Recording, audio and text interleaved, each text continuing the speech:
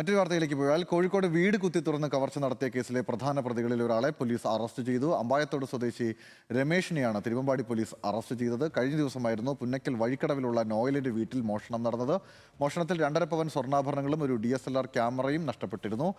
സനീറ്റ ചേരുന്നുണ്ട് വിവരങ്ങളുമായി. സനീറ്റ, എന്താണ് വിശദാംശങ്ങൾ? ഈ പ്രതികളെ പിടികൂടിയത് എങ്ങനെയാണ്? വിവരങ്ങൾ.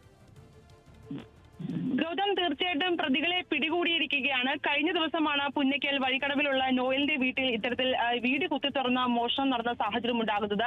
ഈ മോഷണത്തിൽ 2.5 പവന്റെ സ്വർണവും മാത്രമല്ല വിലപിടിപ്പുള്ള ഒരു DSL ക്യാമറ നഷ്ടപ്പെടുന്ന സാഹചര്യം ഉണ്ടായിരുന്നു. എന്തായാലും ഒരു സംഘം തന്നെയാണ് ഈ വീട്ടിനുള്ളിലേക്ക് മോഷണം നടത്താനായിട്ട് എത്തിയിരുന്നത്. അതിൽ പ്രധാന പ്രതികൾ ഒരാളെയാണ് ഇപ്പോൾ പോലീസ് പിടികൂടിയിട്ടുള്ളത്. എന്തായാലും മറ്റു പ്രതികൾക്കായിട്ടുള്ള അന്വേഷണം തുടരുന്നു എന്ന് പോലീസ് വ്യക്തമാക്കുന്നുണ്ട്.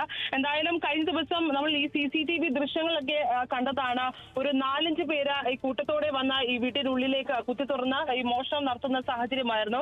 എന്തായാലും മറ്റു പ്രതികൾക്കായിട്ടുള്ള അന്വേഷണം തുടങ്ങുന്നു എന്ന് പോലീസ് വ്യക്തമാക്കിയിട്ടുണ്ട്. തിരുവമ്പാടി പോലീസ് ആണ് ഈ പ്രധാന പ്രതിയായ ഈ രമേഷിനെ, അമ്പായത്തോട് സ്വദേശി രമേഷിനെ ഇപ്പോൾ അറസ്റ്റ് ചെയ്തിട്ടുള്ളത്. മറ്റു പ്രതികൾക്കായിട്ട് അന്വേഷണം തുടങ്ങിയിട്ടുണ്ട്.